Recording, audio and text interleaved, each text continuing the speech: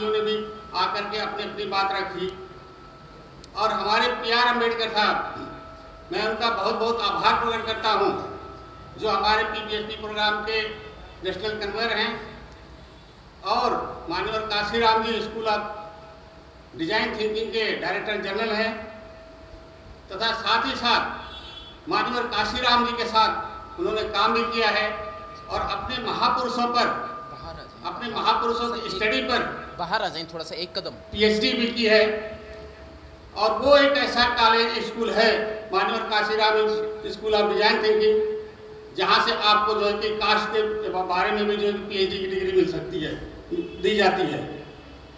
मैं उनका बहुत बहुत आभार प्रकट करता हूँ कि वो इस एज में 72 ईयर की एज में भी देश में घूम घूम करके हमें उन मूलभूत चीज़ों से जो हम नहीं समझ पाए, जो हमारी कमियां रही, जो सबसे बड़ी कमी रही कि हम अपने महापुरुषों को समझने में कम पड़े, और कहाँ कम पड़े उसको हम लोगों तक, आप लोगों तक पहुँचा रहे हैं। मैं उनका बहुत बहुत आभार प्रकट करता हूँ। हमारे बीच में हमारे भूतपूर्व MLA बलजोर सिंह जी हैं, वो हमें अपना बहुत बड़ा सपोर्ट हर समय देते रहते हैं कि आप लोग जो भी काम कर रहे हो, जो और लोगों से छूट गया है, जो हम अपने महापुरुषों को समझने में कमतर पड़े हैं और उस चीज़ों को आप लोग आगे ले जा रहे हो, उनका हमें बहुत सहयोग रहता है। और हर समय वो इस एज में भी, मोर देन 75 ईयर से ऊपर की एज में भी जो है कि वो हमारे साथ हर समय रहते हैं। मैं उनका बहुत आभार प्रकट करता हूँ। साथियों, मैं आप सभी का बहुत बहुत धन्यवाद करता हूँ और बहुत बहुत आभार प्रकट करता हूँ कि आप लोगों ने अपना कीमती समय दे करके कुछ अपने महापुरुषों के बारे में जो मेन कड़ी, जो मेन उससे छूट गए थे, जो हम उनको समझने में कमतर पड़े थे, हमने पूरी ये कोशिश करी है कि अगर हम अपने महापुरुषों को समझ पाते कि वो किस तरह से सोचते थे, किस तरह से उनकी थिंकिंग थी, जिसको हम ये कहते हैं कि एक्सप्लोर सम्राट अशोका, अनएक्सप्लोर्ड सम्राट अशोक को एक्सप्लोर करने के बाद, इसी तरह से अम्बेडकर, बाबा साहब के अम्बेडकर को हम कहते हैं कि अनएक्सप्लोर्ड अम्बेडकर को एक्सप्लोर करना। उसके लिए बहुत सारे हमारी संस्थाएं काम कर रही हैं, बहुत हमारे लोग काम कर रहे हैं। अगर बाबा साहब ने हमें, अगर उनके जीवन काल से 3 चीज़ें मिलती हैं, जिसमें एक तो ये था कि डेडिकेशन, डिटर्मिनेशन, डिवोशन, और उसके साथ साथ एम्पैथी जो थी, जो हमारे सभी महापुरुषों में कॉमन थी, वो हमारे बीच से खत्म कर दी गई है। जिसको एम्पैथी का मतलब ये होता है कि आप उस जगह पे रह करके अपने लोगों का दुख दर्द खुद समझें, खुद महसूस करें, तब आप अपने लोगों के दुख दर्द को समझ पाएंगे और उसका निवारण ढूंढ पाएंगे। तो उस एम्पैथी को भी अपने समाज में कैसे जो है कि फिर से पुनः डेवलप किया जाए, कैसे लाया जाए, वो भी सारी बातें हमारे माननीय अम्बेडकर जी ने समझाई। मूल रूप से मैं इस ऑर्गेनाइजर, जो हमारे अरविंद जी हैं, इस साल के संचालक हैं ये कर्तन धर्मशाला के, मैं उनका बहुत बहुत धन्यवाद करता हूँ। उन्होंने बहुत ही अच्छा प्रोग्राम जो है कि ऑर्गेनाइज किया और समाज के लिए काफ़ी जो है कि अग्रणी काम करते हैं। उन्होंने खुद बुला करके कहा था कि आप हमारे धर्मशाला में जो है कि और विदाउट फ्री ऑफ कास्ट एक बार आप प्रोग्राम करके देखिए। मैं ये चाहता हूँ कि जो चीज़ें रह गई है, जो चीज़ें छूट गई है, वो किस तरह से जो है कि आगे की जाए। तो मैं इसके साथ साथ उन सभी साथियों का, जो बाबा साहब ने 3 चीज़ें हमें सीखने मिलती जीवन में, डेडिकेशन, डिटर्मिनेशन, डिवोशन और एम्पैथी, ग्रिट एंड रिजॉल्व, उसके साथ साथ बाबा साहब ने हमें कॉन्स्टिट्यूशन दिया। कॉन्स्टिट्यूशन का जो मूल रूप है, हमारे बहुत सारे एडवोकेट साथी हैं, वो सारी चीज जानते हैं कि कॉन्स्टिट्यूशन की जो स्थापना है, अगर कॉन्स्टिट्यूशन को मूल रूप से स्टडी किया है, देखा जाए, तो वो सारी चीज़ें हमारे बाबा साहब में, सम्राट अशोक की जो चीज़ें थी, जिस समय भारत सोने की चिड़िया हुआ करता था, वो एक ही काल था, वो सम्राट अशोक का काल था। तो उस कैसे उस समय समता, समानता और भाईचारा, बंधुत्व का समाज स्थापित कर पाने में वो कैसे सक्षम रहे हैं, कैसे सफल रहे थे, वो उन्हीं चीज़ों को सारा कॉन्स्टिट्यूशन में पिरोया है बाबा साहब ने। इसलिए हम सम्राट अशोक को, महान सम्राट अशोक को कभी भी भूल नहीं सकते, कभी भी नहीं छोड़ सकते, क्योंकि हमारे जो मूल स्रोत हैं, जो हमारे बाबा से, हमारे महापुरुषों से मूल स्रोत है, वो सोच जो है वो वहीं से डेवलप हुई है। और तीसरी चीज बाबा साहब ने ये दी थी साथियों, कि आप जो है कि इस नरकी जीवन से छुटकारा पाना चाहते हो, और इस जो धर्म के पचड़े में अंधपाखंड विश्वास में उलझे हो, तो आप इसको छोड़ करके वर्ल्ड के बेस्ट जो है कि जो धर्म है, बौद्ध धर्म है, उसको अपना सकते हो। और उन्होंने खुद उसको अपनाया और खुद भी कहा था कि मेरे बस में नहीं था इस धर्म में जन्म लेना, लेकिन मेरे बस में मृत्यु इस धर्म में नहीं होनी चाहिए। मेरी मृत्यु ये उन्होंने खुद कहा था कि मैं इस धर्म में मरूंगा नहीं, और अल्टीमेटली उन्होंने हमें बौद्ध धर्म में दिया। तो हमारे जो भी साथी जिस भी रूप में हमारे महान पुरुषों के ऊपर काम कर रहे हैं, चाहे वो बौद्ध धर्म के रूप में काम कर रहे हैं, चाहे वो अम्बेडकर के कितने भी मिशन बना के काम कर रहे हैं, मैं उन सभी का भी आभार प्रकट करता हूँ। We are not alone from them, हम उनसे किसी तरह से कोई अलग नहीं है।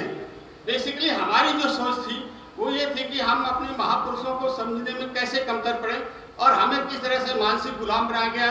जिसमें जो है कि कास्ट नाम का शैतान जो है कि किसने कैसे आया, जो एक इनका जो इनके हाथ में एक ऐसा हथियार लगा जो हमें मानसिक गुलामी की तरफ ले गया, कैसे हमें बंद पिंजरे में कैद करके डरा के धमका के भय पैदा करके हमारे अंदर जो है कि उस कास्ट को थोपा गया। तो देखो, जब तक हम अपनी उस बात को, जब तक बीमारी को नहीं समझ पाएंगे तो डॉक्टर इलाज क्या करेगा। तो हमारी ये सोच थी कि हम लोगों के बीच में इसको भी ले जाएं कि भाई ये कास्ट क्यों आई, कहाँ से आई, कैसे आई और इसका इलाज क्या है। तो हम पूरी कोशिश ये कर रहे हैं, हमारी जो ट्रेनिंग इंस्टीट्यूट है, हम ये इंटेलेक्चुअल क्लास डेवलपमेंट करना चाहते हैं, जिसको NCRC कहते हैं, national cooperative class of intellectuals, जो हम लोगों को उस पराकाष्ठा की परम सीमा पर लेकर, जिसको हमारे सम्राट अशोक जी ने कहा था, ग्रेड का मतलब होता है कि पराक्रम की पराकाष्ठा। अगर आप किसी चीज को, किसी भी उसको स्थापित करना चाहते हो, ले आना चाहते हो, तो आपको उतनी कोशिश करनी पड़ेगी, लेकिन उसकी हमारे लोगों में कमी है। तो इन सब चीजों के साथ साथ ये भी हमने ये देखा, ये रिसर्च ऐसा नहीं है कि हम ऐसे आकर के आपको यहाँ पे भाषण दे रहे हैं, इसमें काफी रिसर्च हुआ। हमारा रिसर्च इंस्टीट्यूट है जिसको हमारे माननीय काशीराम जी चलाते हैं, और जल्दी ही जो है कि हम उम्मीद करते हैं कि आप एक रिसर्च इंस्टीट्यूट दिल्ली में भी हो जाएगा, हम उस पर काम कर रहे हैं। तो उसमें यह है कि भाई देखो, हमने जो गुलामी का छत अपने ऊपर मतलब ढो रहे हैं, उसमें सबसे बड़ी जो प्रॉब्लम थी वो थी कि आपके अंदर से जो थिंकिंग स्किल नाम का इंस्ट्रूमेंट है, जिसको सम्राट अशोक के जमाने में अब निष्क्रिय विद्या कहते थे, उसको आपको छीन करके कैसे आपको जो गुलाम बनाया गया, कैसे आपको मानसिक गुलाम बनाया गया। तो उन चीजों से निजात पाने के लिए उसका उपचार क्या है, हम तो आपको एक उपचार के रूप में हम देना चाहते हैं, आप लोग बताना चाहते हैं कि इसका उपचार ये है। अभी हमने बताया, हमारे माननीय जी ने बताया कि भाई कास्ट का अपोजिट कॉपरेशन है, और कॉपरेशन के अनदर नेम ऑफ अमेरिकन है। इसी तरह से thinking skill is life skill, जो सबसे इंपॉर्टेंट पार्ट था एजुकेशन का, उसको जो है डिस्ट्रॉय किया गया। उस अब निष्क्रिय विद्या जो सम्राट अशोक के जमाने में थी, उसको डिस्ट्रॉय किया गया, आप लोगों को उससे वंचित किया गया, चाहे आपका IAS हो, चाहे PCS हो, चाहे कोई भी हो। ठीक है, ये सर्विस आपको रोजी रोटी का तो हो सकता है कि एजुकेशन, इस एजुकेशन से आपको रोजी रोटी मिल जाए, आप IAS बन जाए, PCS बन जाए, कुछ भी बन जाए, लेकिन उसके बाद आपको फिर वहीं पे जो है आना पड़ेगा, जब तक आप जो है कि उस निष्क्रिय विद्या को अपने समाज में नहीं ले जाओगे, उस थिंकिंग स्किल को नहीं डेवलप करोगे। तो हमारे जो सोच है, हमारे जो समझ है, वो हम आप लोगों को, अपने समाज को एक दिशा और एक डायरेक्टिव देना चाहते हैं, जिसकी जड़ें जो है कि वो, साथियों मैं एक चीज भूल गया ये कहना कि हम अपने महापुरुषों को समझने में कम पड़े, हम बाबा साहब को समझने में तो बहुत ही कम पड़े। हम कुछ भी नहीं, बाबा साहब को जाने की कोशिश नहीं की हमने, बस वो अपने अपने फायदे के लिए, किसी ने कोई पार्टी बना लिया, किसी ने कुछ बना लिया, किसी ने बहुत सारे मूवमेंट कर लिए, लेकिन बाबा साहब को समझना इतना आसान काम नहीं था। वो बाबा साहब जो 200 साल पहले की सोच रखते थे, और ये आज नहीं है, उस समय के जो अंग्रेजों ने स्थापित किया था कि बाबा साहब अम्बेडकर अकेले 500 जो है कि ग्रेजुएट्स के बराबर हैं, तो उसको बाबा साहब को समझना इतना आसान नहीं है। और हम जितना समझ पा रहे हैं, हम उतनी उसकी कोशिश कर रहे हैं और भी उस पर रिसर्च कर रहे हैं कि अगर बाबा साहब होते तो उस कड़ी में उस कैसे सोचते उस चीज को। अगर 1932 का पूना पैठ ने क्षमता गुलाम पैदा किया हमको जो है कि उस पूना पैठ की वजह से, अगर वो गांधी की वजह से जो है कि अगर हमारा अगर पूना पैठ का समझौता बाबा साहब को कहा था कि भाई जो हम अंग्रेजों से जो है कि छीन कर ले आए थे, उसका छिलका गांधी जी ने हमारे मुंह पर फेंक दिया और जूस जो है कि वो खा गए। तो बाबा साहब उस बात को सोचते थे कि बियॉन्ड द पूना पैठ, ठीक है पूना पैठ तो हो गया, लेकिन what we have to do, what we have can do beyond, how can we think beyond the Poona pact. उसके बाद बाबा साहब ने फिर सोशली इन्वाइज किया सबको। बाबा साहब की सबसे पहली सोच थी he want to be social democracy. First वो सोशल डेमोक्रेसी चाहते थे, एक समाज में समता भाईचारा और जो सबको बराबर न्याय मिले, उस तरह का समाज स्थापित करना चाहते थे जो सम्राट अशोक कर पाए थे। तो बाबा साहब उस विचारधारा को सबसे पहले उन्होंने सोशल डेमोक्रेसी पर काम करने की बात कही थी, और उसके बाद आपकी जो पॉलिटिकल डेमोक्रेसी है ये उसके बाद की बात है। और अगर आपकी सोशल डेमोक्रेसी स्ट्रांग नहीं होगी तो आपकी पॉलिटिकल डेमोक्रेसी कभी भी खत्म की जा सकती है, और वो अब हो रही है, क्योंकि आपको सोशल डेमोक्रेसी को बार बार जो है कि खत्म, आपको भाईचारे का, ये सब चीजों का ये क्या है, ये सब चीजें आपके सामने दिखाई दे रही है कि सब चीजों को खत्म किया जा रहा है। तो सोशल डेमोक्रेसी ही एक आपको मजबूत जड़ प्रदान कर सकती है। तो हम बाबा साहब की उस सोच को लेकर के कि सोशल डेमोक्रेसी कैसे स्टेब्लिश हो, जो हमारे महापुरुषों की सोच थी,